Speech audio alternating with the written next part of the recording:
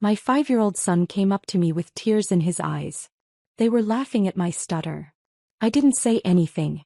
I just took my son by the hand, went into the living room, and said something that made my sister turn pale and my mother fall silent. My 5-year-old son walked up to me, eyes wet, bottom lip shaking. They were all laughing at him and me. That was it. That was the moment.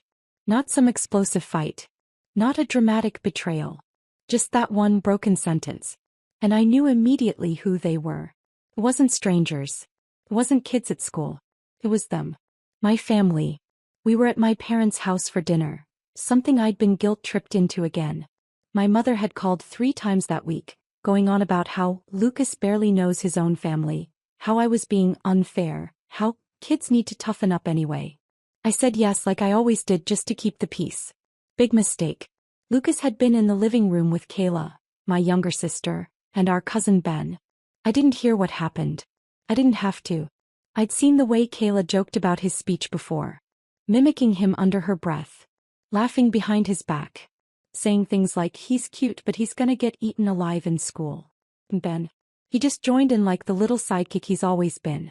So when Lucas came to me holding back tears, I didn't ask what they said. I didn't need details. I just stood up, took his hand, walked into the living room and said, "This was the last time you'll ever see my son."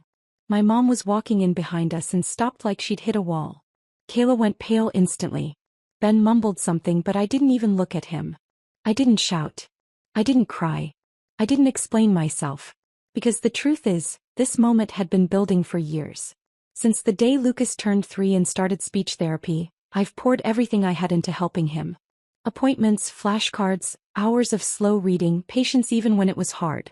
I followed every recommendation, every technique. The doctors all said the same thing: he's smart, he just needs time. Don't make him feel different. And I didn't. But my family did. Every visit turned into something between a roast and a lecture. Kayla would imitate him and laugh like it was a joke. My mom would act concerned, but it always came out condescending.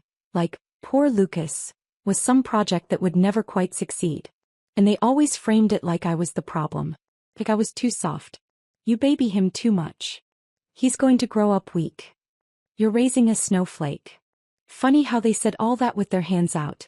Because I'm the one who's been covering my parents' mortgage for the last 2 years after Dad blew his savings on a failed investment.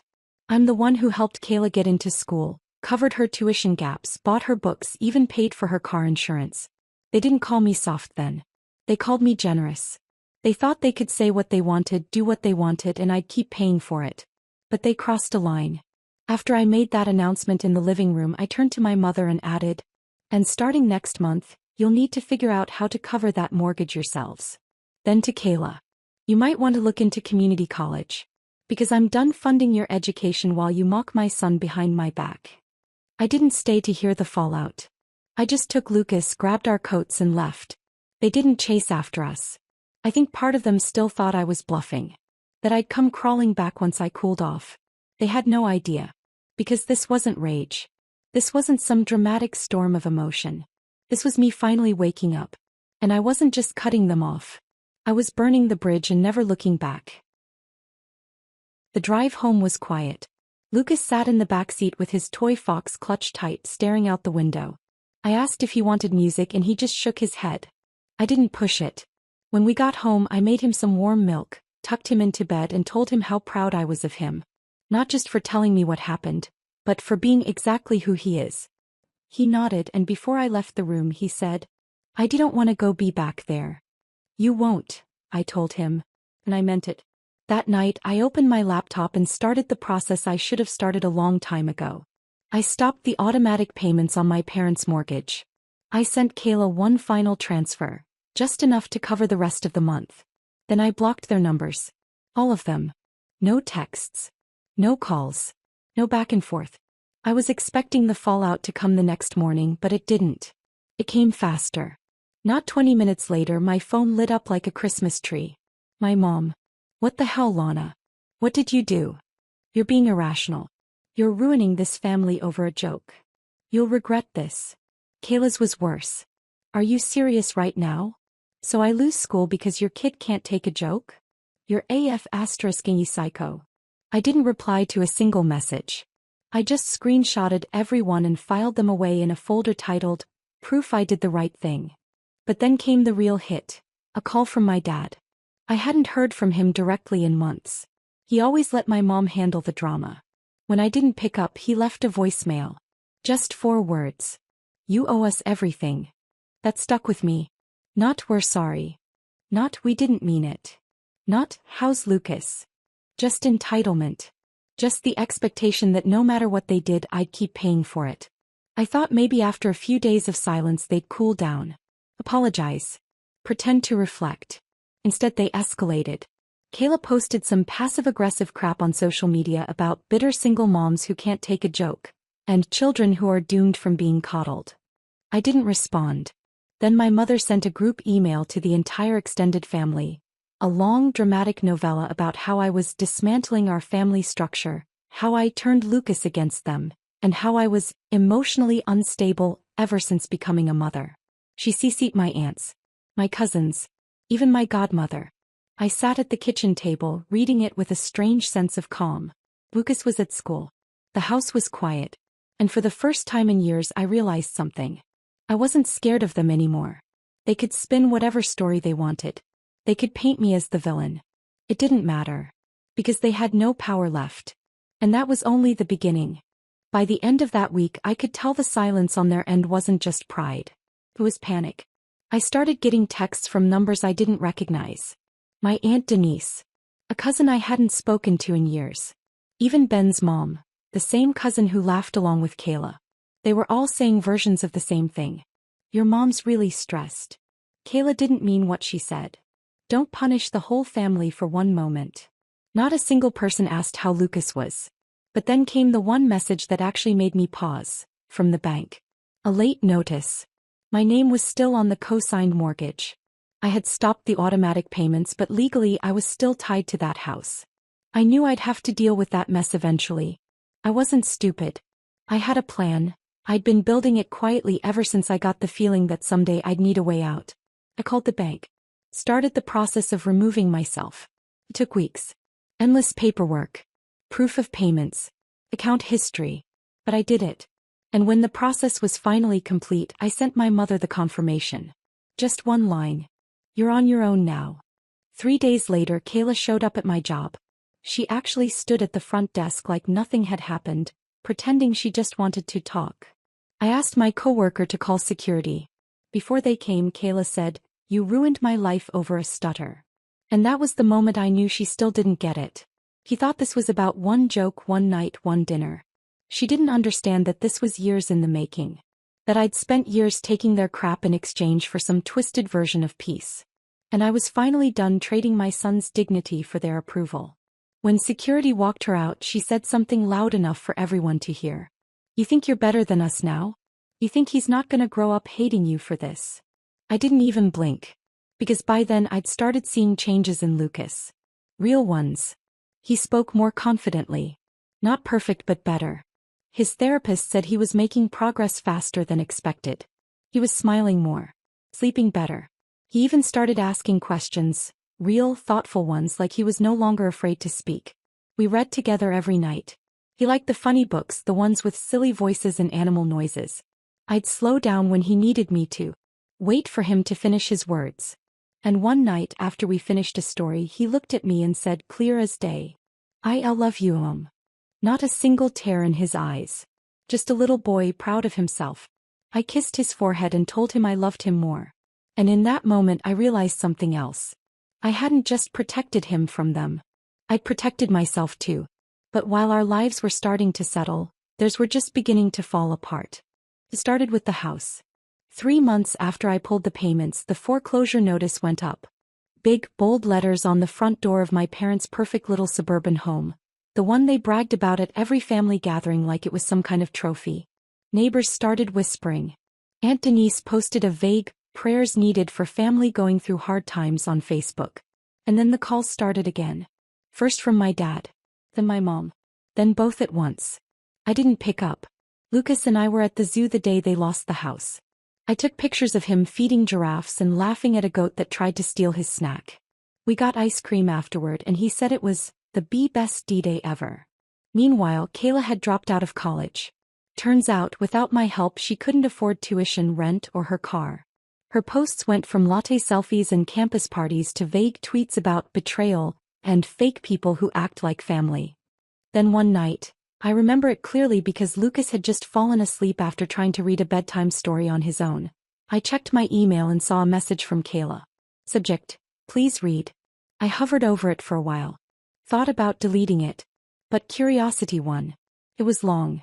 Pages of excuses, half apologies, and guilt tripping. She talked about how things just got out of hand, how she was under pressure, how she didn't mean it like that. Then she got to the real reason she was writing. She needed money. Her student loans were hitting. She couldn't pay rent. She might lose her apartment. She ended the email with, "Lucas won't even remember this when he's older. But I'll remember that my sister turned her back on me when I needed her most." I didn't respond. Instead, I forwarded the email to myself, put it in the same folder as the others, and closed my laptop. They still thought I would break. That I'd cave. That some part of me still believed in keeping the peace, in being the fixer, in holding everything together while they tore it apart. But that version of me was gone. Lucas was growing. His words came smoother. His sentences were fuller. He laughed louder. He was learning that the world could be kind. And more importantly, that he never had to beg for respect in his own home. And for the first time in years, I was breathing like I'd come up from underwater. My family, they were learning what it felt like to live without me. And it was only going to get worse for them. By the time winter came around, they'd stopped pretending. No more guilt trips. No more emotional manipulation. No more pretending they wanted the family back together. Now it was pure desperation. One night around 11, I got a knock at the door. I wasn't expecting anyone. I looked through the peephole. It was my mother. I didn't open it. She stood there with a scarf wrapped tight around her neck, a grocery bag in one hand, like she thought this was some casual visit. After a minute, she knocked again, then called through the door. "Lana, it's freezing out here. I just want to talk." Lucas was asleep. I turned off the porch light and walked away. She waited 15 minutes. Then left. The next morning, I found the bag still sitting outside. Inside was a stack of old photos. Me as a kid, her holding Lucas as a baby, a note scribbled on yellow-lined paper. "Family is family. No matter what's happened. Please come home." I stood there in the doorway holding that note, and for the first time in months I felt nothing. Not anger. Not sadness.